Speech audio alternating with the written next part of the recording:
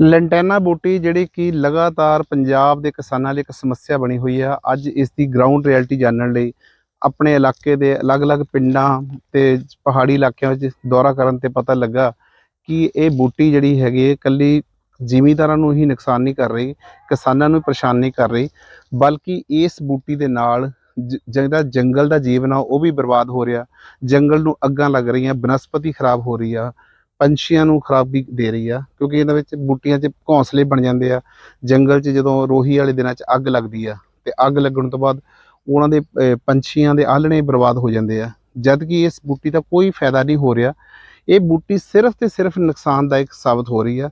ਹੋ ਸਕਦਾ ਦੇਖਣ ਨੂੰ ਲੱਗਦਾ ਹੋਵੇ ਕਿ ਜੰਗਲ ਆ, ਜੰਗਲ 'ਚ ਬੂਟੀਆਂ ਇਹੋ ਜਿਹੀਆਂ ਹੁੰਦੀਆਂ। ਇਹਦੇ ਲਈ ਬਾਂਸ ਦੀ ਖੇਤੀ ਕੀਤੀ ਜਾ ਸਕਦੀ, ਬਾਂਸ ਲਵਾਏ ਜਾ ਸਕਦੇ ਆ। ਉਹਦੇ ਨਾਲ ਕੀ ਲੋਕ ਹਰਿਆਲੀ ਵੀ ਰਹੇਗੀ ਔਰ ਕਿਸੇ ਕੰਮ ਵੀ ਆਏਗੀ। ਉਸ ਤੋਂ ਇਲਾਵਾ ਹੋਰ ਪੌਦੇ ਪਲਾਂਟਸ ਲਗਾਏ ਜਾ ਸਕਦੇ ਆ। ਮਿਹਨਤ ਕਰਨ ਦੀ ਲੋੜ ਆ। ਹਿਮਾਚਲ ਦੇ ਵਿੱਚ ਜਿਹੜੀ ਇਹ ਬੂਟੀ ਨੂੰ ਖਤਮ ਕਰਨ ਲਈ ਉਪਰਾਲੇ ਸ਼ੁਰੂ ਹੋਏ, ਉੱਤਰਾਖੰਡ 'ਚ ਸ਼ੁਰੂ ਹੋਏ ਆ, ਰਾਜਸਥਾਨ 'ਚ ਹੋਏ ਆ, ਲੇਕਿਨ ਪੰਜਾਬ ਵਿੱਚ ਤਾਂ ਜੇ ਕੋਈ ਆਪਣੇ ਲੈਵਲ 'ਤੇ ਵੀ ਕਰਨਾ ਚਾਹੁੰਦਾ ਤਾਂ ਉਹਨੂੰ ਜੰਗਲਾਤ ਦੀ ਦਫਾ 4 ਤੇ 5 ਹੀ ਰੁਕਾਵਟ ਬਣ ਜਾਂਦੀ ਆ, ਕਿਉਂਕਿ ਬਿਨਾਂ ਮਸ਼ੀਨਰੀ ਤੋਂ ਇਸ ਬੂਟੀ ਨੂੰ ਤੁਸੀਂ ਖਤਮ ਨਹੀਂ ਕਰ ਸਕਦੇ। ਤੇ ਹੱਥੀਂ ਬੂਟੀ ਕੱਟਣਾ ਇਹ ਸੌਖਾ ਕਿਸੇ ਦੇ ਕੰਮ ਦੀ ਬਸ ਦੀ ਗੱਲ ਨਹੀਂ ਹੈਗੀ। ਤੇ ਲੋੜ ਆ ਕਿ ਇਸ ਪਾਸੇ ਇੱਕ ਨਵੀਂ ਨੀਤੀ ਲਿਆਂਦੀ ਜਾਵੇ ਤਾਂ ਜੋ ਸਾਡਾ ਜੰਗਲ ਹਰਿਆ ਭਰਿਆ ਹੋਵੇ, ਨਾ ਕਿ ਬੂਟੀਆਂ ਨਾਲ ਭਰਿਆ ਹੋਵੇ। ਇੱਥੇ ਦਰਖਤ ਹੋਣ, ਪੇੜ ਹੋਣ, ਆਕਸੀਜਨ ਪੈਦਾ ਹੋਵੇ। ਔਰ ਇਹਦੇ ਲਈ ਇੱਕ ਲੰਬੀ ਚੌੜੀ ਰਿਸਰਚ ਤੋਂ ਬਾਅਦ ਇੱਕ ਪ੍ਰੋਪਰ ਪਾਲਿਸੀ ਇੰਪਲੀਮੈਂਟ ਕਰਨ ਦੀ ਲੋੜ ਆ, ਜਿਹਦੀ ਕਿ ਲੋਕ ਚਾਹੁੰਦੇ ਆ ਕਿ ਇਸ ਤਰ੍ਹਾਂ ਛੇਤੀ ਕੰਮ ਕੀਤਾ ਜਾਵੇ। ਤੇ ਅੱਜ ਤੁਹਾਨੂੰ ਆਪਣੇ ਅਲੱਗ-ਅਲੱਗ ਪਿੰਡਾਂ ਦੇ ਵਿੱਚ ਅਲੱਗ-ਅਲੱਗ ਲੋਕਾਂ ਨਾਲ ਕੀਤੀ ਹੋਈ ਗੱਲਬਾਤ ਦਾ ਦਿਖਾ ਰਹੇ ਹਾਂ। ਉਮੀਦ ਆ ਤੁਹਾਨੂੰ ਇਹ ਸਟੋਰੀ ਪਸੰਦ ਆਏਗੀ। ਚੰਗੀ ਲੱਗੀ ਤੇ ਸ਼ੇਅਰ ਕਰਨਾ। ਧੰਨਵਾਦ। ਵਾਤਾਵਰਣ ਪ੍ਰੇਮੀ ਵਰੁਣ ਬੇਦੀ ਅਨੁਸਾਰ ਇਸ ਬੂਟੀ ਦੇ ਕਾਰਨ ਜੰਗਲ ਦਾ ਜੀਵਨ ਚੱਕਰ ਹੀ ਖਤਰੇ ਵਿੱਚ ਬਣਿਆ ਹੋਇਆ ਹੈ। ਜਿਹੜੀ ਆਪਣੀ ਗੱਲ ਹੋ ਰਹੀ ਸੀ ਜੀ ਲੰਟਾਨਾ ਬੂਟੀ ਦੀ, ਇਹ ਤੁਹਾਡੇ ਸਾਹਮਣੇ ਹੈਗੀ ਹੈ। ਇਹ ਜਿਹੜੇ ਵੀ ਦਰਖਤ ਦੇ ਉੱਤੇ ਚੜ੍ਹੇਗੀ ਇਹਨੇ ਐਸਾ ਜੱਫਾ ਪਾਣਾ ਉਹਨੂੰ ਕਿ 2-3 ਸਾਲ ਦੇ ਅੰਦਰ ਅੰਦਰ ਇੱਕ ਤਾਂ ਦਰਖਤ ਹੀ ਥੱਲੇ ਆ ਜਾਂਦਾ ਹੈ। ਸਭ ਤੋਂ ਵੱਡੀ ਦੂਜੀ ਪ੍ਰੋਬਲਮ ਹੈ ਕਿ ਜਦੋਂ ਮੌਸਮ ਬਦਲਨੇ ਨੇ, ਧੁੱਪਾਂ ਲੱਗਣੀਆਂ ਨੇ, ਇਹਨੇ ਸੁੱਕ ਜਾਣਾ ਹੈਗਾ। ਹਲਕੀ ਜਿਹੀ ਵੀ ਕੋਈ ਗਲਤੀ ਕਿਸੇ ਤੋਂ ਹੋਈ ਤੇ ਇਹਦੀ ਜਿਹੜੀ ਸਾਰੇ ਜੰਗਲ ਨੂੰ ਇਹਨੇ ਅੱਗ 'ਚ ਲੈ ਲੈਣਾ ਹੈਗਾ। ਇਹ ਵਾਪਸ ਉੱਗ ਜਾਏਗੀ ਅਗਲੇ ਸਾਲ, ਕਿਉਂਕਿ ਕਾਫੀ ਢੀਠ ਬੂਟੀ ਹੈਗੀ ਹੈ। ਔਰ ਜਿਹੜਾ ਬਾਕੀ ਜੰਗਲ ਹੈਗਾ ਉਹ ਜ਼ਰੂਰ ਬਰਬਾਦ ਹੋ ਜਾਂਦਾ ਇਹਦੇ ਚੱਕਰ ਵਿੱਚ। ਇਹਦੇ ਨਾਲ ਜਿੰਨਾ ਸੰਤੁਲਨ ਹੈਗਾ ਇੱਕ ਜੰਗਲ ਦਾ, ਕਿ ਜਿਹੜਾ ਕਿ ਆਪਸ ਵਿੱਚ ਇੱਕ ਬੈਲੈਂਸ ਸਾਡਾ ਬਣਿਆ ਹੋਇਆ ਹੈ ਕਿ ਪਸ਼ੂ ਆਏਗਾ, ਖਾਏਗਾ, ਮਾਸਾ, ਮਤਲਬ ਇਸ ਬੂਟੀ ਦੇ ਕਾਰਨ ਜਿੰਨਾ ਸਾਡਾ ਜੰਗਲ ਦਾ ਵੀ ਇੱਕ ਬੈਲੈਂਸ ਹੈਗਾ, ਇੱਕ ਸੰਤੁਲਨ ਹੈਗਾ, ਉਹ ਵੀ ਵਿਗੜ ਰਿਹਾ ਹੈਗਾ। ਕਿਉਂਕਿ ਜਦੋਂ ਅੱਗਾਂ ਲੱਗਦੀਆਂ ਨੇ, ਜਿਹੜੇ ਸ਼ਾਕਾਹਾਰੀ ਪਸ਼ੂ ਨੇ ਉਹ ਵੈਸੇ ਖਤਮ ਹੋ ਜਾਂਦੇ ਨੇ, ਕਿਉਂਕਿ ਘਾਹ ਨਹੀਂ ਰਹਿ ਜਾਂਦਾ ਉਹਦੇ ਲਈ। ਉਹਨਾਂ ਕਾਰਨ ਜਿਹੜਾ ਅਗਲਾ ਮਾਸਾਹਾਰੀ ਪਸ਼ੂ ਹੈਗਾ ਉਹ ਵੀ ਫਿਰ ਜੰਗਲ ਵਿੱਚ ਆਣਾ ਬੰਦ ਹੋ ਜਾਂਦਾ। ਬੇਸਿਕਲੀ ਓਵਰਆਲ ਸਾਰਾ ਬੈਲੈਂਸ ਹੀ ਜਿਹੜਾ ਹੈਗਾ ਉਹ ਖਰਾਬ ਹੋ ਰਿਹਾ ਹੈ ਇਹਦੇ ਬੂਟੀ ਦੇ ਕਾਰਨ। ਜਿਸ ਤਰ੍ਹਾਂ ਇਹ ਬੂਟੀ ਲਗਾਤਾਰ ਪਿਛਲੇ 100 ਸਾਲ ਤੋਂ ਪਹਾੜੀ ਤੇ ਨੀਮ ਪਹਾੜੀ ਇਲਾਕਿਆਂ ਵਿੱਚ ਫੈਲ ਰਹੀ ਆ, ਉਸ ਦੇ ਨਾਲ ਇਸ ਬੂਟੀ ਦੇ ਅਧੀਨ ਆਇਆ ਰਕਬਾ ਲਗਾਤਾਰ ਬੰਜਰ ਹੁੰਦਾ ਜਾ ਰਿਹਾ। ਇਸ ਬੂਟੀ ਦੇ ਹੇਠਾਂ ਜੋ ਘਾਹ ਬੂਟੀ ਜਾਂ ਬਨਸਪਤੀ ਪੈਦਾ ਹੋਣੀ ਆ ਉਹ ਨਹੀਂ ਪੈਦਾ ਹੁੰਦੀ, ਕਿਉਂਕਿ ਇਸ ਦਾ ਸ਼ੌਰਾ ਔਰ ਇਸ ਦੇ ਵਿੱਚੋਂ ਨਿਕਲਣ ਵਾਲੇ ਕੈਮੀਕਲ ਅਲੀਲੋ ਕਾਰਨ ਬੰਜਰ ਹੋ ਰਹੀ ਧਰਤੀ ਕਾਰਨ ਬਿਲਕੁਲ ਬਨਸਪਤੀ ਪੈਦਾ ਨਹੀਂ ਹੋ ਰਹੀ। ਔਰ ਉਸ ਬਨਸਪਤੀ ਦੇ ਪੈਦਾ ਨਾ ਹੋਣ ਦਾ ਵਣ ਜੀਵਾਂ ਦੇ ਜੀਵਨ ਸਰਕਲ ਤੇ ਬਹੁਤ ਵੱਡਾ ਫਰਕ ਪਿਆ। ਜੋ ਸ਼ਾਕਾਹਾਰੀ ਪਸ਼ੂ ਨੇ, ਜਿਸ ਵਿੱਚ ਹਿਰਨ ਜਾਂ ਹੋਰ ਪਸ਼ੂ ਆ ਜਾਂਦੇ ਨੇ, ਜੰਗਲੀ ਜਾਨਵਰ ਆ ਜਾਂਦੇ ਨੇ, ਉਹਨਾਂ ਨੂੰ ਭੋਜਨ ਨਹੀਂ ਮਿਲਦਾ ਤੇ ਉਹ ਮਜਬੂਰੀ 'ਚ ਜੇਕਰ ਇਸਦੇ ਪੱਤੇ ਖਾ ਲੈਂਦੇ ਨੇ ਤਾਂ ਫੂਡ ਪੋਇਜ਼ਨ ਹੋ ਜਾਂਦਾ, ਤਾਂ ਵੈਸੇ ਮਰ ਜਾਂਦੇ ਨੇ, ਨਹੀਂ ਤਾਂ ਭੁੱਖੇ ਹੋਣ ਦੇ ਕਾਰਨ ਉਹ ਪਲਾਨ ਕਰ ਰਹੇ ਨੇ ਜਾਂ ਫਿਰ ਭੁੱਖੇ ਮਰ ਰਹੇ ਨੇ। ਜਦ ਸ਼ਾਕਾਹਾਰੀ ਪਸ਼ੂਆਂ ਦਾ ਜੀਵਨ ਸਰਕਲ ਪ੍ਰਭਾਵਿਤ ਹੋਇਆ ਤਾਂ ਨਿਸ਼ਚਿਤ ਤੌਰ 'ਤੇ ਉਹਨਾਂ 'ਤੇ ਨਿਰਭਰ ਚੀਤਾ, ਸ਼ੇਰ ਜਾਂ ਹੋਰ ਜਾਨਵਰ ਜਿਹੜੇ ਕਿ ਮਾਸਾਹਾਰੀ ਨੇ, ਉਹਨਾਂ ਦਾ ਜੀਵਨ ਸਰਕਲ ਵੀ ਪ੍ਰਭਾਵਿਤ ਹੋ ਰਿਹਾ। ਤੇ ਕੁੱਲ ਮਿਲਾ ਕੇ ਜੰਗਲੀ ਜੀਵਾਂ ਦੀ ਜੋ ਹੋਂਦ ਆ ਉਹ ਇਸ ਬੂਟੀ ਨੇ ਕਿਤੇ ਨਾ ਕਿਤੇ ਖਤਰੇ ਵਿੱਚ ਪਾਈ ਹੋਈ ਹੈ। ਹੁਣ ਗੱਲ ਕਰੀਏ ਕਿ ਇਸ ਦੇ ਪੱਤਿਆਂ ਦੇ ਵਿੱਚੋਂ ਨਿਕਲਣ ਵਾਲੇ ਰਸਾਇਣ ਕਾਰਨ ਜੋ ਪਾਲਤੂ ਪਸ਼ੂ ਨੇ, ਜਦ ਚਰਵਾਹਾਂ ਦੇ ਤੌਰ 'ਤੇ ਲੋਕ ਲੈ ਕੇ ਜਾਂਦੇ ਨੇ ਖੁੱਲ੍ਹਿਆਂ ਇਲਾਕਿਆਂ ਵਿੱਚ, ਉਹ ਜੇ ਉਹ ਭੁਲੇਖੇ ਨਾਲ ਖਾ ਲੈਣ ਤਾਂ ਉਹਨਾਂ ਨੂੰ ਫੂਡ ਪੋਇਜ਼ਨ ਹੋ ਜਾਂਦੀ ਆ। ਤੇ ਪਸ਼ੂ ਪਾਲਕਾਂ ਨੂੰ ਆਪਣੇ ਦੁੱਧਾਧਾਰੀ ਪਸ਼ੂ ਦੇ ਨੁਕਸਾਨ ਹੋਣ ਦਾ ਖਦਸ਼ਾ ਬਣਿਆ ਰਹਿੰਦਾ ਵਾ। ਪਤਾ ਉਦੋਂ ਲੱਗਦਾ ਜਦ ਪਸ਼ੂ ਦੀ ਮੌਤ ਹੋ ਜਾਂਦੀ ਆ। ਇਸ ਤੋਂ ਬਾਅਦ ਗੱਲ ਕੀਤੀ ਜਾਵੇ ਜੇਕਰ ਇਸ ਬੂਟੀ ਦੇ ਫੈਲਾਅ ਦੀ, ਤਾਂ ਅੱਜ ਇਹ ਪੰਛੀਆਂ ਦੇ ਰੂਪ ਵਿੱਚ ਜੋ ਇਸ ਤੋਂ ਫਲ ਨਿਕਲਦੇ ਨੇ, ਉਸ ਨੂੰ ਜਦ ਖਾਂਦੇ ਨੇ ਤਾਂ ਉਸ ਦੇ ਨਾਲ ਉਹ ਫੈਲ ਰਹੇ ਨੇ। ਸਰਕਾਰੀ ਤੌਰ ਤੇ ਇਸ ਨੂੰ ਖਤਮ ਕਰਨ ਦੇ ਲਈ 4 ਜ਼ਿਲ੍ਹਿਆਂ 'ਚ, ਪੰਜਾਬ ਦੇ 4 ਜ਼ਿਲ੍ਹਿਆਂ 'ਚ ਖਾਸ ਕਰਕੇ ਬਹੁਤ ਵੱਡੇ ਮੂਵਮੈਂਟ ਦੀ ਲੋੜ ਆ, ਜਿਹਦੇ ਵਿੱਚ ਰੋਪੜ ਜ਼ਿਲ੍ਹਾ, ਹੁਸ਼ਿਆਰਪੁਰ ਜ਼ਿਲ੍ਹਾ, ਨਵਾਂਸ਼ਹਿਰ ਜ਼ਿਲ੍ਹਾ ਤੇ ਪਠਾਨਕੋਟ। ਇਹ ਚਾਰੋਂ ਜ਼ਿਲ੍ਹੇ ਹਿਮਾਚਲ ਦੀ ਸਰਹੱਦ ਦੇ ਨਾਲ ਲੱਗਦੇ ਨੇ ਤੇ ਸ਼ਿਵਾਲਿਕ ਦੀਆਂ ਪਹਾੜੀਆਂ ਦੇ ਹੇਠਾਂ ਦਾ ਇਹ ਇਲਾਕਾ ਵਾ। ਇਹ ਸਾਰੇ 4 ਜ਼ਿਲ੍ਹਿਆਂ ਦੇ ਵਿੱਚ ਬੜੇ ਵੱਡੇ ਪੱਧਰ ਤੇ ਲੈਂਟਾਨਾ ਚੜੇਲ ਬੂਟੀ ਨੂੰ ਦੇਖਿਆ ਜਾ ਸਕਦਾ ਵਾ, ਪਰ ਅੱਜ ਤੱਕ ਇਸ ਪਾਸੇ ਕੋਈ ਉਪਰਾਲਾ ਨਹੀਂ ਹੋਇਆ। ਹਿਮਾਚਲ ਦੇ ਵਿੱਚ ਬਣ ਔਸ਼ਧੀਆਂ 12 ਬਣ ਔਸ਼ਧੀਆਂ ਉਹਨਾਂ ਨੇ ਸਿਲੈਕਟ ਕੀਤੀਆਂ ਹਿਮਾਚਲ ਦੇ ਜੰਗਲਾਤ ਵਿਭਾਗ ਨੇ, ਜਿਹਦੇ ਵਿੱਚ ਬਣਾ, ਬਨਕਸ਼ਾਂ, ਗਲੋ ਜਾਂ ਹੋਰ ਬੂਟੀਆਂ ਹੈਗੀਆਂ ਨੇ। ਉਹਨਾਂ ਨੇ ਉਹਦੀ ਹੋਂਦ ਦਾ ਖਤਰਾ ਦਿਖਾਉਂਦੇ ਹੋਏ ਕੇਂਦਰ ਸਰਕਾਰ ਤੋਂ ਸਹਾਇਤਾ ਦੀ ਮੰਗ ਕੀਤੀ ਸੀ 5000 ਕਰੋੜ ਰੁਪਏ ਤੱਕ ਦੀ। ਤੇ ਕੁਝ ਸਰਕਾਰੀ ਪੱਧਰ ਤੇ, ਸਟੇਟ ਤੇ ਸੈਂਟਰ ਦੇ ਲੈਵਲ ਤੇ ਉਪਰਾਲੇ ਹੋਏ ਨੇ। ਕਾਂਗੜੇ ਜ਼ਿਲ੍ਹੇ ਵਿੱਚੋਂ ਜਾਂ ਫਿਰ ਚਿੰਤਪੁਰਨੀ ਵਾਲੀ ਸਾਈਡ ਤੋਂ ਜਾਂ ਫਿਰ ਬਿਲਾਸਪੁਰ ਵਾਲੀ ਸਾਈਡ ਤੋਂ ਇਹਨਾਂ ਨੇ ਰਿਮੂਵ ਕੀਤਾ ਲੈਂਟਾਨਾ ਨੂੰ, ਤੇ ਉਹਦੇ ਨਾਲ ਕੀ ਹੋਇਆ ਕਿ ਜ਼ਮੀਨ ਜਿਹੜੀ ਆ ਉਪਜਾਊ ਹੋਈ। ਪੰਜਾਬ ਦੇ ਵਿੱਚ ਜੰਗਲਾਤ ਵਿਭਾਗ ਦਾ ਕਹਿਣਾ ਕਿ ਜੇਕਰ ਇਹ ਬੂਟੀ ਖਤਮ ਹੋ ਗਈ ਤਾਂ ਵਣ ਜੀਵਾਂ ਦਾ ਜੀਵਨ ਖਤਰੇ ਵਿੱਚ ਪੈ ਜਾਏਗਾ। ਹੋ ਸਕਦਾ ਕਿਤੇ ਨਾ ਕਿਤੇ ਉਹ ਠੀਕ ਕਹਿੰਦੇ ਹੋਣ, ਪਰ ਇਸ ਬੂਟੀ ਦੇ ਕਾਰਨ ਵਣ ਜੀਵ ਬਚ ਨਹੀਂ ਰਹੇ ਬਲਕਿ ਖਤਮ ਹੋ ਰਹੇ ਆ, ਕਿਉਂਕਿ ਇਸ ਬੂਟੀ ਨੂੰ ਉਹ ਖਾਂਦੇ ਨਹੀਂ। ਜੋ ਵਣ ਜੀਵ ਹੈ ਖਾਂਦੇ ਨਹੀਂ, ਉਹ ਸਿਰਫ ਇਸ ਬੂਟੀ ਦੇ ਥੱਲੇ ਪਨਾਹ ਲੈਂਦੇ ਨੇ। ਖਾਣ ਦੇ ਲਈ ਉਹਨਾਂ ਨੂੰ ਕਿਸਾਨਾਂ ਵੱਲੋਂ ਲਾਈਆਂ ਹੋਈਆਂ ਫਸਲਾਂ ਹੀ ਉਹਨਾਂ ਦੇ ਟਾਰਗੇਟ ਤੇ ਰਹਿੰਦੀਆਂ, ਜਿਸ ਦੇ ਕਾਰਨ ਕਿਸਾਨਾਂ ਦੀਆਂ ਫਸਲਾਂ ਇਹਨਾਂ ਇਲਾਕਿਆਂ 'ਚ ਉਜਾੜਾ ਹੋ ਰਿਹਾ ਵਾ। ਬੇਸ਼ੱਕ ਲੋਕਾਂ ਨੇ ਜਾਲ ਲਾਏ ਨੇ, ਪਰ ਗੋਨਾ ਤੇ ਹਿਰਨ, ਬਾਰਾਂਸਿੰਗੇ ਉਹ ਜਾਲ 4-5 ਫੁੱਟ ਦੇ ਨੂੰ ਟੱਪ ਕੇ ਛਾਲਾਂ ਮਾਰ ਕੇ ਕਿਸਾਨਾਂ ਦੀਆਂ ਫਸਲਾਂ ਨੂੰ ਬਰਬਾਦ ਕਰ ਰਹੇ ਨੇ। ਲੋੜ ਹੈ ਇਸ ਪਾਸੇ ਇੱਕ ਪਾਲਿਸੀ ਤਿਆਰ ਕਰਨ ਦੀ, ਜਿਹਦੇ ਨਾਲ ਕਿ ਕਿਸਾਨਾਂ ਨੂੰ ਵੀ ਰਾਹਤ ਮਿਲੇ, ਵਣ ਜੀਵ ਜੋ ਸਰਕਲ ਆ ਉਹ ਵੀ ਬਚਿਆ ਰਹੇ, ਤੇ ਇਹ ਲੈਂਟਾਨਾ ਬੂਟੀ ਜੋ ਅੰਗਰੇਜ਼ ਸਾਡੇ ਲਈ ਇੱਕ ਮੁਸੀਬਤ ਛੱਡ ਗਏ, ਇਸ ਨੂੰ ਹੁਣ ਇਹਦਾ ਖਾਤਮਾ ਕੀਤਾ ਜਾਵੇ, ਇਸ ਨੂੰ ਦੂਰ ਕੀਤਾ ਜਾਵੇ। ਇਹ ਸਜਾਵਟੀ ਫੁੱਲ ਜੋ ਸੀਗੇ ਇਹ ਹੁਣ ਸਜਾਵਟ ਨਹੀਂ ਬਲਕਿ ਸਾਡੇ ਲਈ ਇੱਕ ਮੁਸੀਬਤ ਬਣ ਗਏ ਹਨ। ਇਲਾਕੇ ਦੇ ਪਸ਼ੂ ਪਾਲਕਾਂ ਦਾ ਕਹਿਣਾ ਹੈ ਕਿ ਇਸ ਬੂਟੀ ਨੂੰ ਨਾ ਤਾਂ ਪਾਲਤੂ ਪਸ਼ੂ ਖਾਂਦੇ ਹਨ ਤੇ ਨਾ ਹੀ ਕੋਈ ਜੰਗਲੀ ਜਾਨਵਰ ਖਾ ਰਿਹਾ, ਜਿਸ ਕਾਰਨ ਇਹ ਬੂਟੀ ਪੂਰੀ ਤਰ੍ਹਾਂ ਬੇਅਰਥ ਸਾਬਤ ਹੋ ਰਹੀ ਹੈ, ਬੇਮਾਇਨੇ ਸਾਬਤ ਹੋ ਰਹੀ ਹੈ। ਇਸ ਲਈ ਸਰਕਾਰ ਨੂੰ ਚਾਹੀਦਾ ਕਿ ਸਰਕਾਰ ਆਪਣੇ ਪੱਧਰ ਤੇ ਇਸ ਬੂਟੀ ਨੂੰ ਹਟਾਵੇ ਜਾਂ ਫਿਰ ਕਿਸਾਨਾਂ ਨੂੰ ਮਾਲੀ ਸਹਾਇਤਾ ਦੇਵੇ ਤੇ ਇਸ ਬੂਟੀ ਨੂੰ ਖਤਮ ਕਰਕੇ ਹੋਰ ਪੇੜ ਪੌਦੇ ਲਗਾਏ ਜਾ ਸਕਣ ਜੋ ਕਿ ਲੋਕਾਂ ਦੇ ਕੰਮ ਆ ਸਕੇ। ਇਹ ਬੂਟੀ ਸਾਰੀ ਬਰਬਾਦ ਹੀ ਕਰਦੀ ਜੀ, ਨਾ ਪਸ਼ੂ ਖਾਂਦੇ ਨਾ ਕੋਈ ਜਾਨਵਰ ਖਾਂਦਾ, ਜ਼ਮੀਨ ਤਾਂ ਸਾਰੀ ਬਰਬਾਦ, ਬੰਜਰ ਬਣਾਤੇ ਇਸ ਜ਼ਮੀਨ ਬੂਟੀ ਨੇ ਸਭ ਕੁਛ। ਹਾਂਜੀ, ਕਿੰਨੇ ਕੁ ਚਿਰ ਤੋਂ ਬੂਟੀ ਆਪਣੇ ਠੀਕ ਹੈ। ਕਿੰਨਾ ਚਿਰ ਹੋ ਗਿਆ ਤੁਹਾਨੂੰ? ਇਹ ਸਾਡੀ ਹੋਸ਼ ਤੋਂ ਪਹਿਲਾਂ ਹੀ ਹੈ ਜੀ।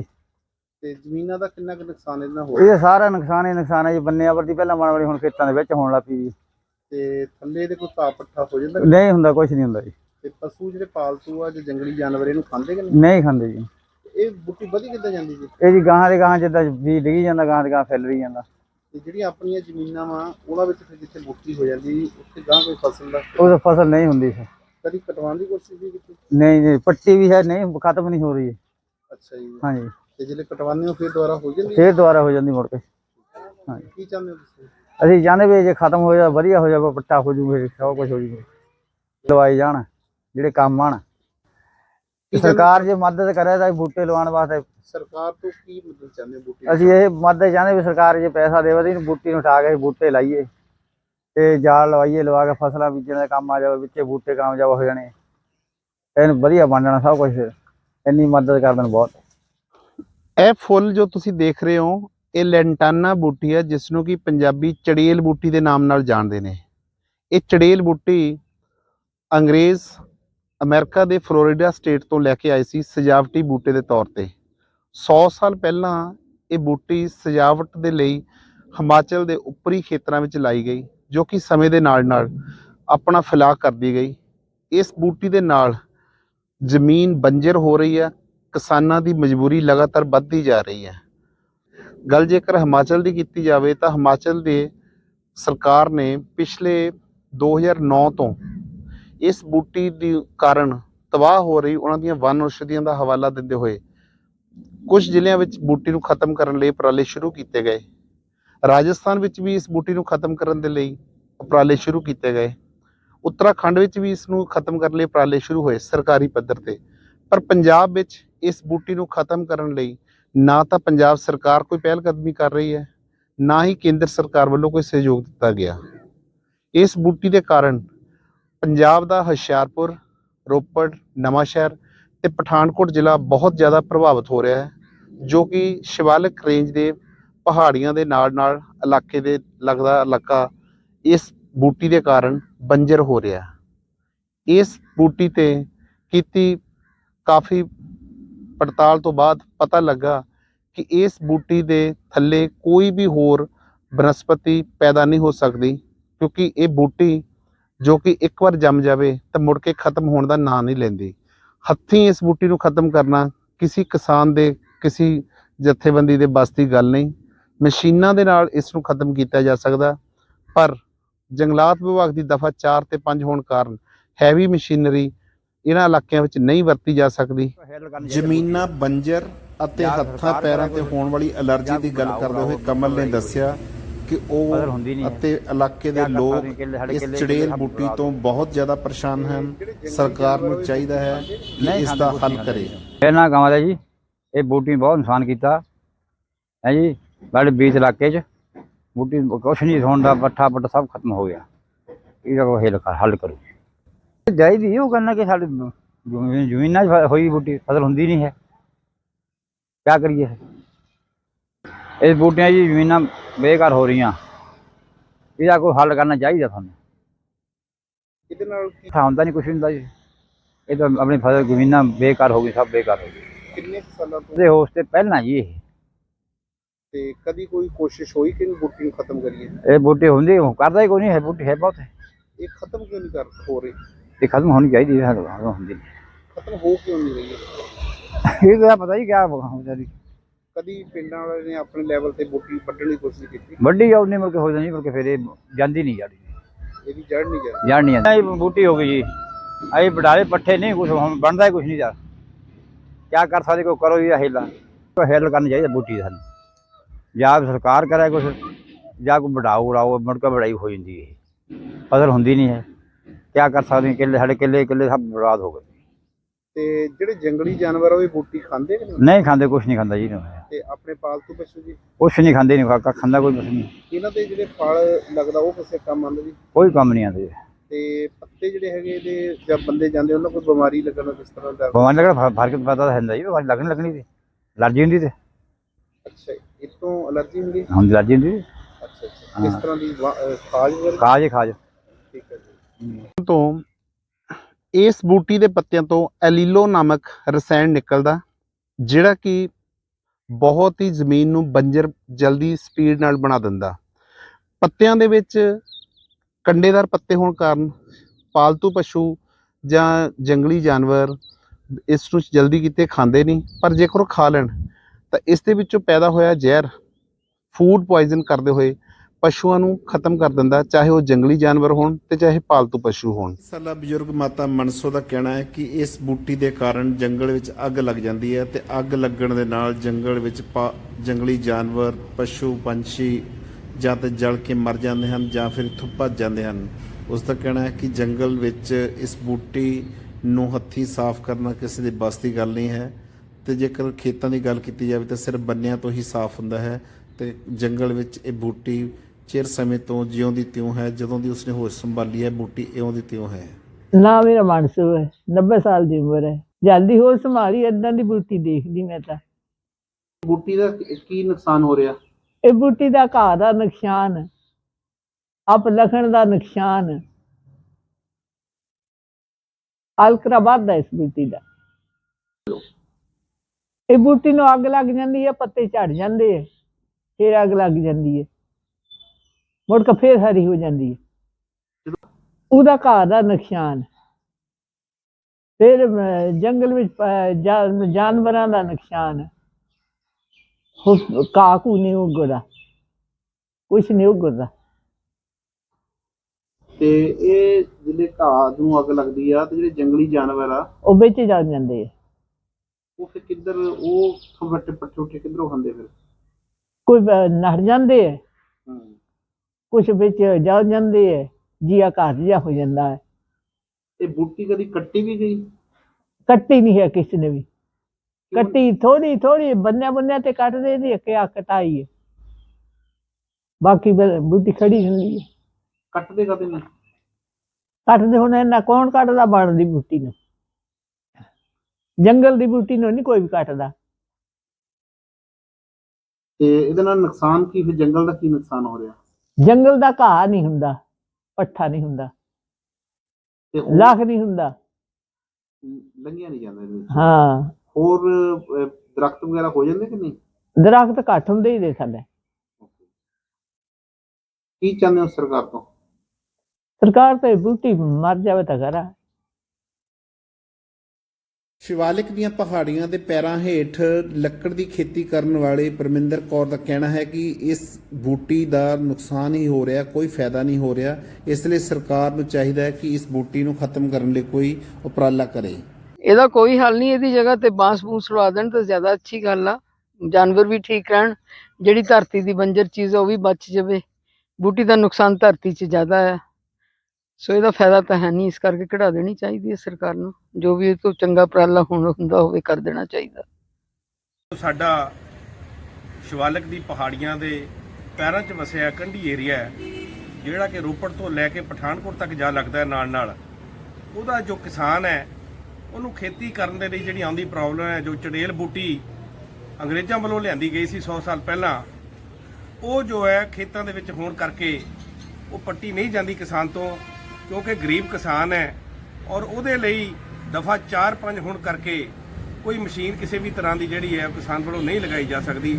ਜੇਕਰ ਉਹ ਕਿਸੇ ਤਰ੍ਹਾਂ ਦੀ ਮਸ਼ੀਨ ਲਗਾ ਕੇ ਕੰਮ ਕਰਦੇ ਨੇ ਤੇ ਸਰਕਾਰ ਵੱਲੋਂ ਐਕਸ਼ਨ ਲਿਆ ਜਾਂਦਾ ਹੈ। ਸੋ ਮੇਰੀ ਬੇਨਤੀ ਹੈ ਪੰਜਾਬ ਦੀ ਸਰਕਾਰ ਨੂੰ ਕਿ ਜਿੱਦਾਂ ਹਿਮਾਚਲ ਦੀ ਸਰਕਾਰ ਨੇ, ਉੱਤਰਾਖੰਡ ਤੇ ਰਾਜਸਥਾਨ ਦੀ ਸਰਕਾਰ ਨੇ ਕੇਂਦਰ ਸਰਕਾਰ ਨਾਲ ਮਿਲ ਕੇ ਉੱਥੇ ਦੇ ਲੋਕਾਂ ਦਾ ਸਹਿਯੋਗ ਕੀਤਾ ਹੈ, ਇਸ ਬੂਟੀ ਨੂੰ ਖਤਮ ਕਰਕੇ ਖੇਤੀਯੋਗ ਜ਼ਮੀਨ ਬਣਾਈ ਹੈ। ਸੋ ਮੈਂ ਪੰਜਾਬ ਸਰਕਾਰ ਨੂੰ ਬੇਨਤੀ ਕਰਦਾ ਹਾਂ ਕਿ ਭਗਤ ਸਿੰਘ ਦੇ ਸੁਪਨੇ ਪੂਰੇ ਕਰਨ ਵਾਲੀ ਸਰਕਾਰ ਹੈ, ਕਿਰਪਾ ਕਰਕੇ ਜਿਹੜਾ ਸ਼ਿਵਾਲਿਕ ਦੀ ਪਹਾੜੀਆਂ ਦੇ ਵਿੱਚ ਵਸਿਆ ਕੰਢੀ ਦਾ ਕਿਸਾਨ ਹੈ, ਗਰੀਬ ਕਿਸਾਨ ਹੈ, ਉਹਦੀ ਇਸ ਮੁਸ਼ਕਲ ਨੂੰ ਦੂਰ ਕਰਨ ਦੇ ਲਈ ਕੋਈ ਕੇਂਦਰ ਸਰਕਾਰ ਨਾਲ ਮਿਲ ਕੇ ਇਹਨਾਂ ਦਾ ਸਹਿਯੋਗ ਕੀਤਾ ਜਾਵੇ, ਤਾਂ ਕਿ ਜਿਹੜਾ ਰੋਪੜ ਤੋਂ ਲੈ ਕੇ ਪਠਾਨਕੋਟ ਦਾ ਨਾਲ ਲੱਗਦਾ ਏਰੀਆ ਹੈ, ਇਹਦਾ ਜੋ ਗਰੀਬ ਕਿਸਾਨ ਹੈ ਉਹ ਆਪਣੀ ਜ਼ਮੀਨ ਆਬਾਦ ਕਰਕੇ ਆਪਣੇ ਪਰਿਵਾਰ ਦਾ ਚੰਗੀ ਤਰ੍ਹਾਂ ਪਾਲਣ ਪੋਸ਼ਣ ਕਰ ਸਕੇ। ਲੈਂਟਾਨਾ ਚੜੇਲ ਬੂਟੀ ਨਾਲ ਸਿਰਫ ਜੰਗਲ ਜਾਂ ਫਿਰ ਜੰਗਲ ਦੇ ਨਾਲ ਰਕਬਾ ਹੀ ਪ੍ਰਭਾਵਿਤ ਨਹੀਂ ਹੋ ਰਿਹਾ, ਬਲਕਿ ਸ਼ਹਿਰੀ ਇਲਾਕੇ ਵੀ ਬਹੁਤ ਬੁਰੀ ਤਰ੍ਹਾਂ ਇਸ ਬੂਟੀ ਨੇ ਆਪਣੇ ਪ੍ਰਭਾਵ ਹੇਠ ਲਏ ਹੋਏ ਹਨ। ਲੋਕਾਂ ਨੇ ਇਨਵੈਸਟਮੈਂਟ ਕਰਕੇ ਜੋ ਪਲਾਟ ਖਾਲੀ ਛੱਡੇ ਹੋਏ ਹਨ, ਉਹਨਾਂ ਵਿੱਚ ਇਸ ਬੂਟੀ ਨੇ ਬਹੁਤ ਵੱਡੇ ਪੱਧਰ ਤੇ ਪੈਰ ਪਸਾਰੇ ਹੋਏ ਹਨ, ਜੋ ਕਿ ਆਂਢ ਗੁਆਂਢ ਰਹਿਣ ਵਾਲੇ ਦੂਸਰੇ ਲੋਕਾਂ ਲਈ ਇੱਕ ਮੁਸੀਬਤ ਦਾ ਕਾਰਨ ਬਣੇ ਹੋਏ ਹਨ। ਬੂਟੀ ਨੇ ਜੀ ਇੱਕ ਚੜੇਲ ਬੂਟੀ ਵੀ ਇਦਾਂ ਦੀ ਬੂਟੀ ਆ ਜਿਹੜੀ ਜੰਗਲਾਂ ਦੇ ਵਿੱਚ ਆਮ ਪਾਈ ਜਾਂਦੀ ਆ, ਲੇਕਿਨ ਅੱਜ ਕੱਲ ਉਸ ਬੂਟੀ ਨੇ ਸ਼ਹਿਰਾਂ ਦੇ ਵਿੱਚ ਵੀ ਪੈਰ ਪਸਾਰਨੇ ਸ਼ੁਰੂ ਕਰ ਲਏ। ਹੁਣ ਜੇ ਮੈਂ ਚੜੇਲ ਬੂਟੀ ਦੀ ਗੱਲ ਕਰਾਂ ਕਿ ਬੂਟੀ ਤਾਂ ਬੂਟੀ ਆ, ਇਹਦਾ ਆਮ ਜ਼ਿੰਦਗੀ ਨੂੰ ਨੁਕਸਾਨ ਕੀ ਆ, ਇਹ ਅਗਰ ਆਪਾਂ ਇਹਦੇ ਪੂਰਾ ਵਿਸ਼ਲੇਸ਼ਣ ਕਰੀਏ ਤਾਂ ਚੜੇਲ ਬੂਟੀ ਇਨਸਾਨੀ ਜ਼ਿੰਦਗੀ ਦੇ ਲਈ ਸਾਹ ਦੀ ਬਿਮਾਰੀ ਤੋਂ ਲੈ ਕੇ ਚਰਮ ਰੋਗਾਂ ਤੱਕ ਇਹਦੀ ਜਿਹੜੀ ਆ ਦੇਣ ਹੈ। ਤੁਸੀਂ ਹਿਮਾਚਲ ਚਲੇ ਜਾਓ, ਨਾਲ ਦੇ ਸਟੇਟਾਂ ਚਲੇ ਜਾਓ, ਉੱਥੇ ਦੀ ਜਿਹੜੀਆਂ ਸਰਕਾਰਾਂ ਨੇ ਉਹਨਾਂ ਨੇ ਚੜੇਲ ਬੂਟੀ ਦੀ ਜਿਹੜੀ ਪ੍ਰੋਬਲਮ ਹੈ ਉਹਨੂੰ ਸਮਝਿਆ ਔਰ ਉਹਨੂੰ ਖਤਮ ਕਰਨ ਦੇ ਪ੍ਰਯਾਸ ਵੀ ਸ਼ੁਰੂ ਕਰ ਦਿੱਤੇ। ਦੂਸਰਾ ਜੇ ਦੇਖ ਲਈਏ, ਜਿਹੜੀ ਇਹ ਬੂਟੀ ਆ, ਜਿਸ ਜਗ੍ਹਾ ਤੇ ਵੀ ਇਹ ਬੂਟੀ ਹੋ ਜਾਂਦੀ ਆ, ਉੱਥੇ ਜਿਹੜੀ ਬਨਸਪਤੀ ਸਾਨੂੰ ਲਾਭ ਦਿੰਦੀ ਆ, ਉਹ ਬਨਸਪਤੀ ਹੋਣ ਨੂੰ ਜਿਹੜੀ ਆ ਉਹਨੂੰ ਟਾਈਮ ਲੱਗਦਾ, ਉਹ ਉਗਦੀ ਨਹੀਂ। ਉਹਦੇ ਨਾਲ ਇੱਕ ਹੋਰ ਵੱਡਾ ਨੁਕਸਾਨ ਕੀ ਹੁੰਦਾ ਕਿ ਜਿਹੜੀ ਇਹਦੀ ਬਲਨਸ਼ੀਲ ਸ਼ਕਤੀ ਆ ਉਹ ਬਹੁਤ ਜ਼ਿਆਦਾ ਆ।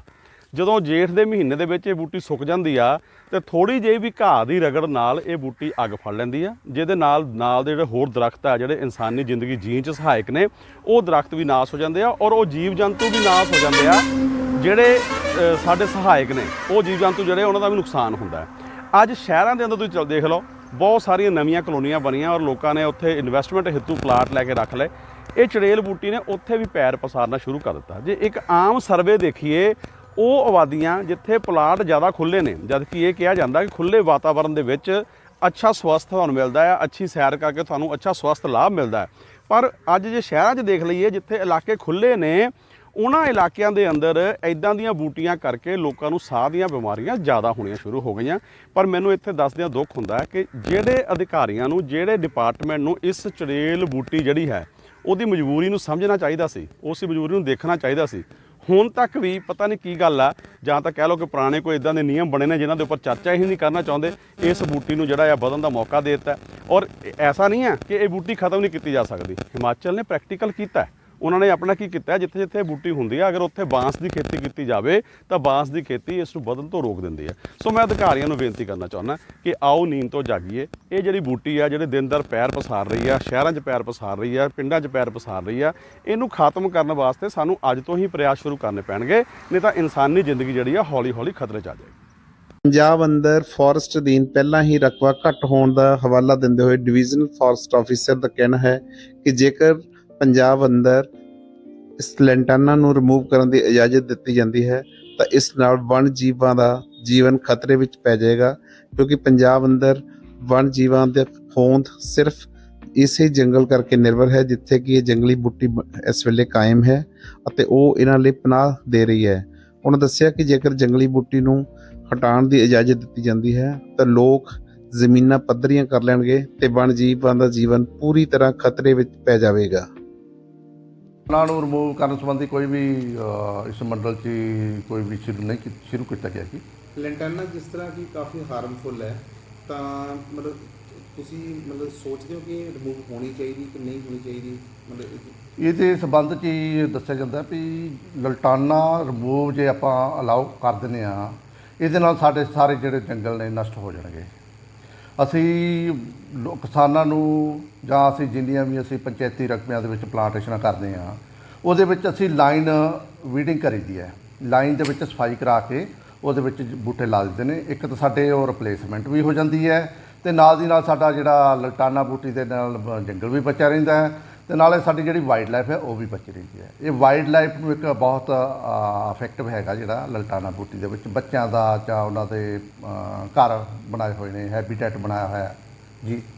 ਲੈਂਟਾਨਾ ਬੂਟੀ ਤੋਂ ਬਿਨਾਂ ਕੀ ਜੰਗਲ ਸੰਭਵ ਨਹੀਂ ਹੈ? ਉਸ ਤੋਂ ਬਿਨਾਂ ਵੀ ਜੰਗਲ ਬਣ ਸਕਦਾ ਕਿ ਲੈਂਟਾਨਾ ਬੂਟੀ ਦਾ ਹੋਣਾ ਜ਼ਰੂਰੀ ਹੈ ਜੰਗਲ? ਲਲਟਾਨਾ ਬੂਟੀ ਜੇ ਆਪਾਂ ਅਲਾਓ ਕਰਦੇ ਨੇ ਸਾਰਿਆਂ ਨੂੰ, ਇਹਦੇ ਵਿੱਚ ਲੋਕਾਂ ਨੇ ਨਾ ਫਿਰ ਉਹਦਾ ਨਜਾਇਜ਼ ਫਾਇਦਾ ਲੈਣ ਲੱਗ ਜਾਣਾ।